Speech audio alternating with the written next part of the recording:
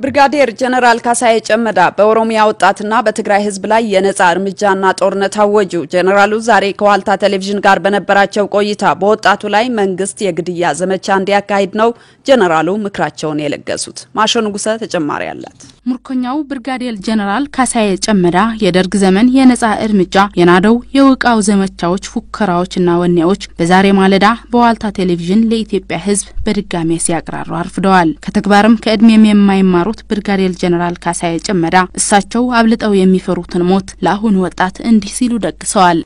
ዱላ ይዞ ትጥቅ ይዞ በመንደሩ እንትን የሚለው የኢትዮጵያ መከላከያ ሰራዊትና የጸጥታ አስከባሪዎች አስቀምጥ እምቢ ካለ በጥይት ማለት ነው።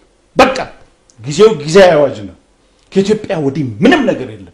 ዳግም ቀይ ሽብር ለኢትዮጵያ ወጣት የሚመኙት እኚህ ሰው ጤንነታቸው ቢያነጋግርም በወጉ ሊገኙበት ይገባቸው የነበረውን የማስታረቅና ይቅር የማባባል መድረክ ሊሆን ሲገባው የሳቸው ስንቅ ግን ግደለው ስቀለው ሆነዋል። እነዚህ ሰዎች በህግ ሁሉ ነገር ተጣርተው ጊዜ መፍጀት የለበትም። በአጭር ጊዜ ውስጥ እንደገደሏት ንብረቷን እንዳወደሙት ባወደሙት በገደሉበት ቦታ ላይ በህግ ሞት እንዲፈረድባቸው አዛውንቱ በትግራይ የመልክዓ ምድር አቀማመጥ እንዳለቃቸው ኮሎኔል መንግስቱ ኃይለ ማርያም የጉራ ዲስኩራቸውን በማንጸባረቅ በትግራይ ህዝብ ላይ ምዝተዋል።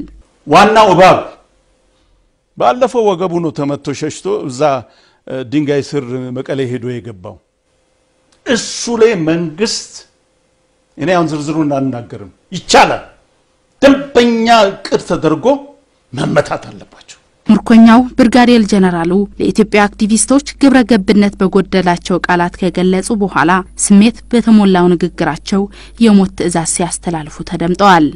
አንዳንድ ደግሞ ይሄ አክቲቪስት ነኝ የሚል የአረብ ዲቃላ ሁሉ ገንዘብ ከዛ እየተቀባበለ እንትን የሚል ይሄንን ፍርዱን ቶሎ እንትን አድርጎ እንትን ማለት ነው። ለወጣቱ ደግሞ ትልቁ ትምህርት ይሄ ነው።